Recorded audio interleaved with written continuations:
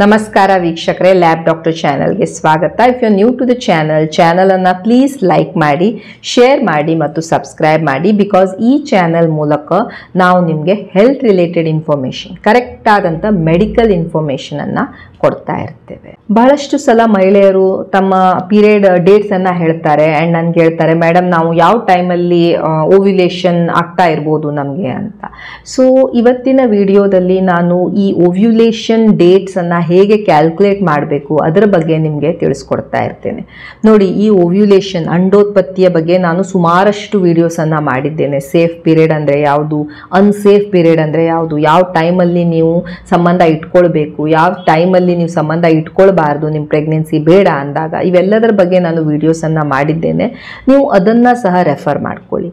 But ಇಲ್ಲಿ ಈ ವಿಡಿಯೋದಲ್ಲಿ ನಾವು ಏನು ಕಾನ್ಸಂಟ್ರೇಟ್ ಮಾಡೋಣ, ಆ್ಯಕ್ಚುಲಿ ಮಹಿಳೆಗೆ ಕೆಲವೊಮ್ಮೆ ತಮ್ಮ ಪೀರಿಯಡ್ಸಿನ ಡೇಟ್ಸ್ ಹಿಂದೆ ಮುಂದೆ ಆಗ್ತಾ ಇರುತ್ತೆ, ಅಥವಾ ಅವಳ ಸೈಕಲ್ ಲೆಂತ್ ರೆಗ್ಯುಲರ್ ಇರುತ್ತೆ, ಬಟ್ ಸ್ಟಿಲ್ ಅವಳಿಗೆ ಹೇಗೆ ತಾನು ಕ್ಯಾಲ್ಕುಲೇಟ್ ಮಾಡಲಿ ಅಂತ ತಿಳಿತಾ ಇರೋದಿಲ್ಲ. ಸೊ ಇವತ್ತಿನ ವಿಡಿಯೋದಲ್ಲಿ ನಾವು ಸಿಂಪಲ್ ಹೇಗೆ ನಾವು ಕ್ಯಾಲ್ಕುಲೇಟ್ ಮಾಡ್ಕೊಳ್ಬೋದು, ಮನೆಯಲ್ಲೇ ಹೇಗೆ ಕ್ಯಾಲ್ಕುಲೇಟ್ ಮಾಡ್ಕೊಳ್ಬೋದು, ಹೇಗೆ ನಮಗೆ ಯಾವತ್ತು ನಾವು ಈ ಸಂಬಂಧವನ್ನು ಇಟ್ಕೊಳ್ಬೇಕು ಅನ್ನೋದನ್ನು ನಾವು ತಿಳ್ಕೊಳ್ಳೋಣ. ಓವ್ಯುಲೇಷನ್ ಕಿಟ್ಸ್ ಸಹ ಅವೈಲೇಬಲ್ ಇರ್ತವೆ, ಅದ್ರ ಬಗ್ಗೆನೂ ನಾನು ವಿಡಿಯೋನ ಮಾಡಿದ್ದೇನೆ. ನೀವು ಅದನ್ನು ಸಹ ರೆಫರ್ ಮಾಡ್ಕೊಳ್ಳಿ, ಯಾಕಂದರೆ ಅದರಿಂದ ನಮಗೆ ಆ್ಯಡೆಡ್ ಬೆನಿಫಿಟ್ ಎಕ್ಸಾಕ್ಟ್ಲಿ ಯಾವಾಗ ಆಗ್ತಾ ಇದೆ ಅಂತ ತಿಳಿಸ್ಕೊಡ್ತಾ ಇರುತ್ತೆ. So let see how do we calculate the ovulation dates. Ovulation ಅಂದರೆ ಏನು ಅಂತ ಫಸ್ಟ್ ನೀವು ತಿಳ್ಕೊಳ್ಬೇಕು. ಓವ್ಯುಲೇಷನ್ ಅಂದರೆ ಅಂಡೋತ್ಪತ್ತಿ. ಈಗ ನಿಮಗೆ ಪೀರಿಯಡ್ಸ್ ಆಗತ್ತೆ ಆ್ಯಂಡ್ ಪೀರಿಯಡ್ಸ್ ಆದಮೇಲೆ ನಿಮ್ಮ ಈ ಅಂಡಾಶಯದಲ್ಲಿ ಈ ತರ ಫಾಲಿಕಲ್ಸ್ ಡೆವಲಪ್ ಆಗ್ಲಿಕ್ಕೆ ಶುರು ಆಗ್ತವೆ. ಫಾಲಿಕಲ್ಸ್ ಅಂದ್ರೆ ಇದೊಂದು ನೀರು ತುಂಬಿದ ಚೀಲ. ಈ ನೀರು ತುಂಬಿದ ಚೀಲದಿಂದ ಒಂದು ಎಗ್ ರಿಲೀಸ್ ಆಗ್ತಾ ಇರುತ್ತೆ. ಸೊ ಈ ಫಾಲಿಕಲ್ಸ್ ಅಲ್ಲಿ ಬಹಳ ದೊಡ್ಡದಾದಂತ ಒಂದು ಫಾಲಿಕಲ್ ಬಹಳ ದೊಡ್ಡದಾಗತ್ತೆ, ಸೈಜ್ ತುಂಬಾ ದೊಡ್ಡದಾಕೊಂಡು ಅದರಿಂದ ಒಂದು ಎಗ್ ಹೊರಗೆ ಬರುತ್ತೆ. ಈ ಎಗ್ಗು ಸಪೋಸ್ ಅಲ್ಲಿ ಶುಕ್ರಾಣು ಸಿಕ್ತು ಅಂದಾಗ ಅದ್ರ ಜೊತೆ ಕೂಡ್ಕೊಳ್ತಾ ಇರುತ್ತೆ. ಸೊ ಇದು ಬಹಳಷ್ಟು ಹಾರ್ಮೋನ್ಸ್ಗಳ ಮೇಲೆಲ್ಲ ಡಿಪೆಂಡ್ ಆಗಿರ್ತವೆ, like FSH, LH etcetera. So ಇಲ್ಲಿ ನೀವು ನೋಡ್ಬೋದು, ಇಲ್ಲಿ ಫಸ್ಟ್ FSH ರೈಸ್ ಆಗ್ತಾ ಇದೆ, ಆಮೇಲೆ ಸುಮಾರಷ್ಟು ಈ ಫಾಲಿಕಲ್ಸ್ ಸ್ಟಿಮ್ಯುಲೇಟ್ ಆಗ್ತವೆ ಅಂಡ್ ಇದರಿಂದ ಇಲ್ಲಿ ನೀವು ನೋಡ್ಬೋದು ಒಂದು ದೊಡ್ಡ ಈ ತರ ಚೀಲದಿಂದ ಒಂದು ಎಗ್ ರಿಲೀಸ್ ಆಗಿದೆ. ಆವಾಗ LH ಹಾರ್ಮೋನ್ ಇಂದ ಹೆಲ್ಪ್ ಇಂದ ಈ ತರ ಎಗ್ ರಿಲೀಸ್ ಆಗ್ತಾ ಇರುತ್ತೆ. ಸೊ ಇಲ್ಲಿ ನೀವು ನೋಡ್ಬೋದು, ಫಸ್ಟ್ ಈ ತರ ಚಿಕ್ಕದು ಚೀಲ ಇರುತ್ತೆ, ಆಮೇಲೆ ಒಂದು ದೊಡ್ಡ ಚೀಲವಾಗಿ ಅಲ್ಲಿಂದ ಎಗ್ ಬರ್ತಾ ಇರುತ್ತೆ. ಈ ಎಗ್ ಬರೋದನ್ನ ಓವ್ಯುಲೇಷನ್, ಅಂಡೋತ್ಪತ್ತಿ ಅಂತ ಹೇಳ್ತಾ ಇರ್ತೇವೆ. ಸಪೋಸ್ ಆ ಮಹಿಳೆಯ ಸೈಕಲ್ ಒಂದು 28 ದಿವಸದ ಸೈಕಲ್ ಅಂತ ನಾವು ತಿಳ್ಕೊಂಡಿದ್ರೆ, ಈ 14ನೇ ದಿವಸಕ್ಕೆ ಯೂಶ್ವಲಿ ಈ ತರ ಈ ಚೀಲ ಒಡೆದು ಹೋಗುತ್ತೆ, ರಪ್ಚರ್ ಆಗತ್ತೆ ಅಂಡ್ ಇಲ್ಲಿ ಎಗ್ ರಿಲೀಸ್ ಆಗತ್ತೆ. ಇದಕ್ಕಿಂತ ಮೊದಲಿನ ಫೇಸ್ ಅನ್ನ ನಾವು ಫಾಲಿಕ್ಯುಲರ್ ಫೇಸ್ ಅಂತ ಹೇಳ್ತಾ ಇರ್ತೀವಿ. ಸೊ ಇಲ್ಲಿ 1 to 13 ಡೇಸ್ ನೀವು ನೋಡ್ಬೋದು, ಇದು ಫಾಲಿಕ್ಯುಲರ್ ಫೇಸ್. ಈ 15 to 28 ಡೇಸ್ ಏನಿದೆ ಇದು ಲೂಟಿಯಲ್ ಫೇಸ್ ಅಂಡ್ ಇದು ಓವ್ಯುಲೇಷನ್ ಅಥವಾ ಅಂಡೋತ್ಪತ್ತಿ ಆಗ್ತಾ ಇರೋದು. ಸೊ ಇಲ್ಲಿ ನೀವು ನೋಡ್ಬೋದು, ಇದು ಅಂಡಾಶಯ. ಇದರಲ್ಲಿ ಒಂದು ತಿಂಗಳಲ್ಲಿ ಯಾವಾಗ ಆ ಮಹಿಳೆಗೆ ಪೀರಿಯಡ್ ಆಗತ್ತೆ ಸುಮಾರಷ್ಟು ಫಾಲಿಕಲ್ಸ್ ಡೆವಲಪ್ ಆಗ್ತವೆ. ಒಂದೇ ಒಂದು ಚೀಲ ಬಹಳ ದೊಡ್ಡದಾಗತ್ತೆ, ಮತ್ತೆ ಅದರಿಂದ ಎಗ್ ಹೊರಗೆ ಬರ್ತಾ ಇರುತ್ತೆ.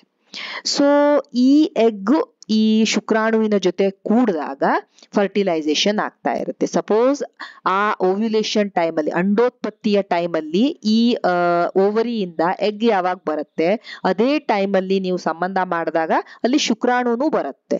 ಸೊ ಈ ಪಾರ್ಟ್ನರ್, ಮೇಲ್ ಪಾರ್ಟ್ನರ್ ಯಾವಾಗ ಯೋನಿಯಲ್ಲಿ ಇಜಾಕ್ಯುಲೇಟ್ ಮಾಡ್ತಾರೆ ಆವಾಗ ಇಲ್ಲಿ ಶುಕ್ರಾಣು ಸಿಗತ್ತೆ ಅಂಡ್ ಈ ಎಗ್ ಮತ್ತು ಶುಕ್ರಾಣು ಸೇರ್ಕೊಂಡು ಫರ್ಟಿಲೈಸೇಷನ್ ಆಗತ್ತೆ ಮತ್ತು ಪ್ರೆಗ್ನೆನ್ಸಿಯ ಪ್ರೊಸೆಸ್ ಸ್ಟಾರ್ಟ್ ಆಗ್ತಾ ಇರುತ್ತೆ. ಸೊ ಈಗ ಫಸ್ಟ್ ನಾವು ಯಾವಾಗ ಓವ್ಯುಲೇಷನ್ ಆಗತ್ತೆ ಅದನ್ನ ತಿಳ್ಕೊಳ್ಳೋಕ್ಕಿಂತ ಮೊದಲು ಇಂಪಾರ್ಟೆಂಟ್ ಏನಿರುತ್ತೆ, ನಿಮ್ಮ ಸೈಕಲ್ ಎಷ್ಟು ದಿವಸದ್ದು ಅಂತ ನಾವು ಫೈಂಡ್ ಔಟ್ ಮಾಡ್ಕೊಳ್ಬೇಕು.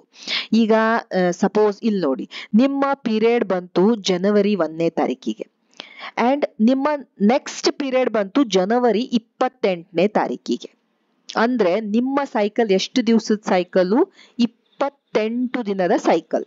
ನಿಮ್ಗೆ ಯಾವಾಗ ಒಂದ್ ತಿಂಗಳಲ್ಲಿ ನಿಮ್ಗೆ ಫಸ್ಟ್ ಡೇ ಯಾವಾಗ ಪೀರಿಯಡ್ ಶುರು ಆಗತ್ತೆ ಆ ಡೇಟ್ ಅನ್ನ ಮಾರ್ಕ್ ಮಾಡ್ಕೊಳ್ಳಿ.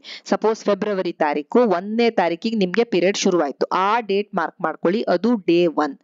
ನೆಕ್ಸ್ಟ್ ಯಾವಾಗ ಪೀರಿಯಡ್ ಬರುತ್ತೆ ನೋಡಿ. ಸಪೋಸ್ ನಿಮ್ಮ ಪೀರಿಯಡ್ ಫೆಬ್ರವರಿ 21ನೇ ತಾರೀಕಿಗೆ ಬಂತು. ಆವಾಗ ನಿಮ್ಮ ಸೈಕಲ್ ಎಷ್ಟು ದಿವಸದ ಸೈಕಲ್? 1ರಿಂದ 21. So 21 days. ಈಗ ಈ ಮಹಿಳೆಗೆ ನೋಡಿ, ಮಾರ್ಚ್ 1ನೇ ತಾರೀಕಿಗೆ ಅವಳಿಗೆ ಪೀರಿಯಡ್ ಬಂತು. ನೆಕ್ಸ್ಟ್ ಪೀರಿಯಡ್ ಅವಳು ಬ್ಲೀಡಿಂಗ್ ಶುರು ಆದ್ಲು ಮಾರ್ಚ್ 30ನೇ ತಾರೀಕಿಗೆ ಅವಳಿಗೆ ಮತ್ತೆ ಪೀರಿಯಡ್ ಶುರುವಾಯ್ತು. ಇದು ಎಷ್ಟು ದಿವಸದ ಸೈಕಲ್ಲು?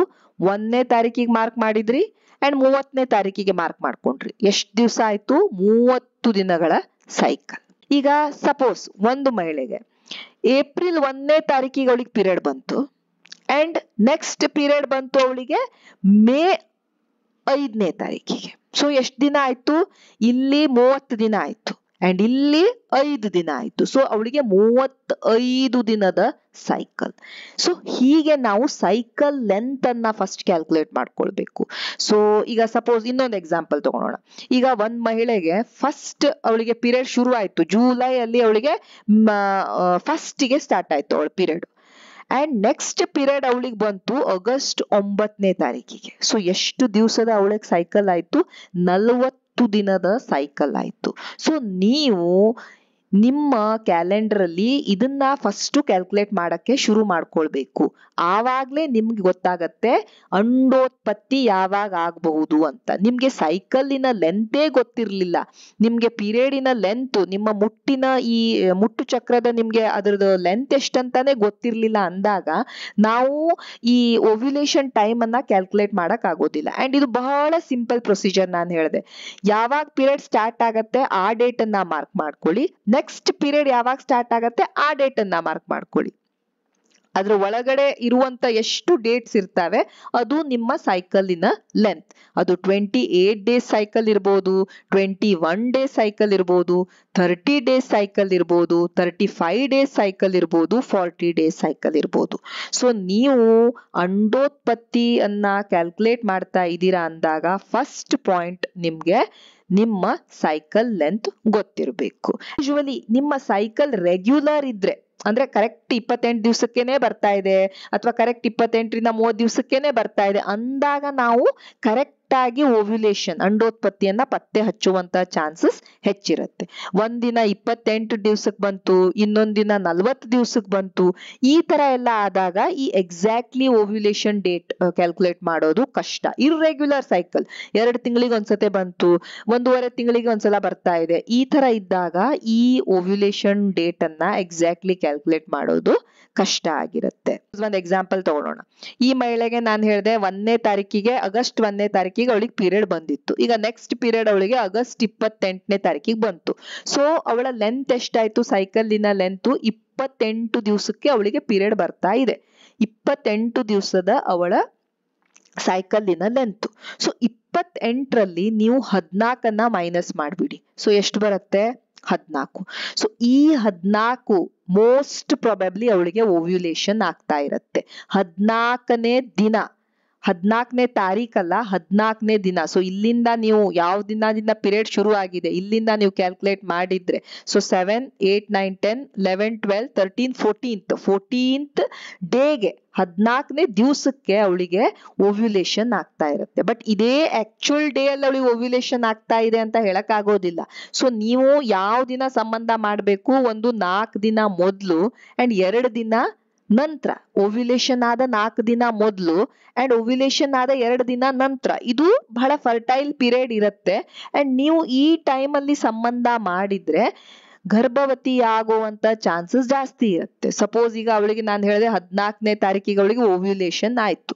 ಸೊ ಓವ್ಯುಲೇಷನ್ ಆದ 4 ದಿನ ಹಿಂದೆ ಅಂದ್ರೆ 13, 12, 11, 10. ಅದಾದ 2 ದಿನ ನಂತರ ಅಂದ್ರೆ 15 ಮತ್ತೆ 16. ಸೊ ಈ ಟೈಮ್ ಅಲ್ಲಿ ನಾನು ಇದೇನ್ ಟಿಕ್ ಹಾಕಿದ್ದೇನಲ್ಲ ಆ ಟೈಮ್ ಅಲ್ಲಿ ಅವಳಿಗೆ ಅಂಡೋತ್ಪತ್ತಿ ಆಗುವಂತ ಚಾನ್ಸಸ್ ಜಾಸ್ತಿ ಇರುತ್ತೆ. ಆ ಟೈಮ್ ಅಲ್ಲಿ ನೀವು ಸೇರಿದ್ರೆ ಪ್ರೆಗ್ನೆನ್ಸಿಯ ಚಾನ್ಸಸ್ ಹೆಚ್ಚಿರುತ್ತೆ. ಈ ಮಹಿಳೆಯ ಸೈಕಲ್ ಎಷ್ಟು ದಿವಸದ್ದು? 1ನೇ ತಾರೀಕಿಗೆ ಅವಳಿಗೆ ಪೀರಿಯಡ್ ಬಂತು ಅಂಡ್ ನೆಕ್ಸ್ಟ್ ಪೀರಿಯಡ್ 30ನೇ ತಾರೀಕಿಗೆ ಬಂತು. ಸೊ ಅವಳ ಸೈಕಲ್ಲಿನ ಲೆಂತ್ ಎಷ್ಟಾಯ್ತು? 30 ದಿವಸದ ಸೈಕಲ್ ಅವಳಿಗೆ. 30 ದಿವಸಕ್ಕೆ ಅವಳಿಗೆ ಪೀರಿಯಡ್ ಬರ್ತಾ ಇದೆ. ಸೊ ಈಗ ಈ ಮಹಿಳೆಗೆ ಅಂಡೋತ್ಪತ್ತಿ ಯಾವಾಗ ಆಗತ್ತೆ?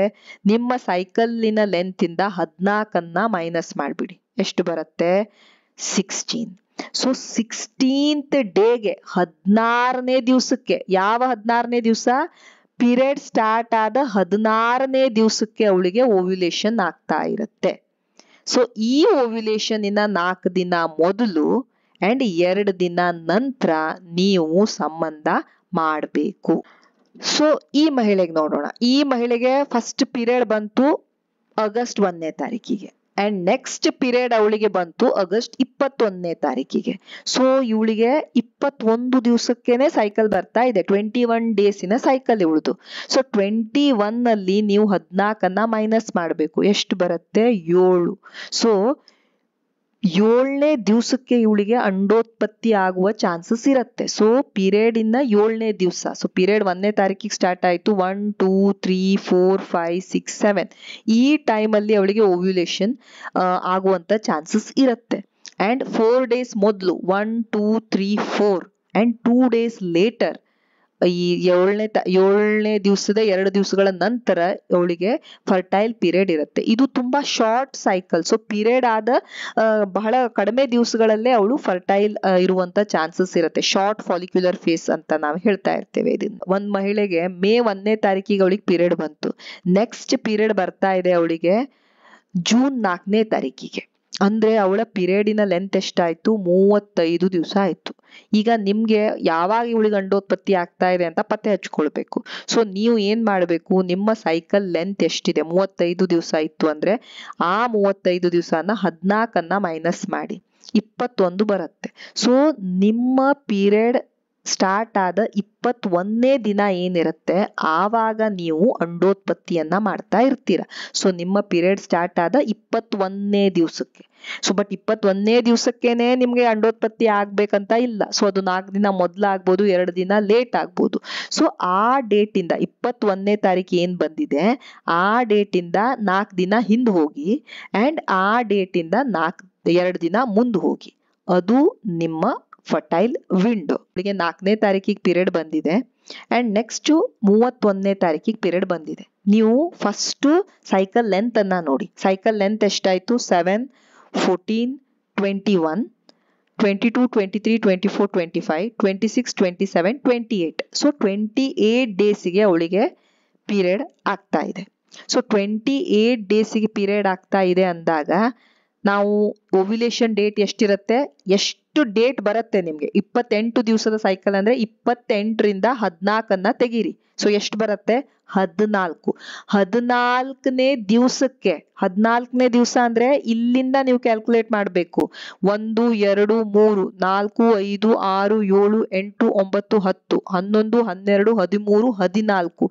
14ನೇ ದಿವಸಕ್ಕೆ ಅವಳಿಗೆ ಓವ್ಯುಲೇಷನ್ ಆಗುವ ಚಾನ್ಸಸ್ ಇರುತ್ತೆ.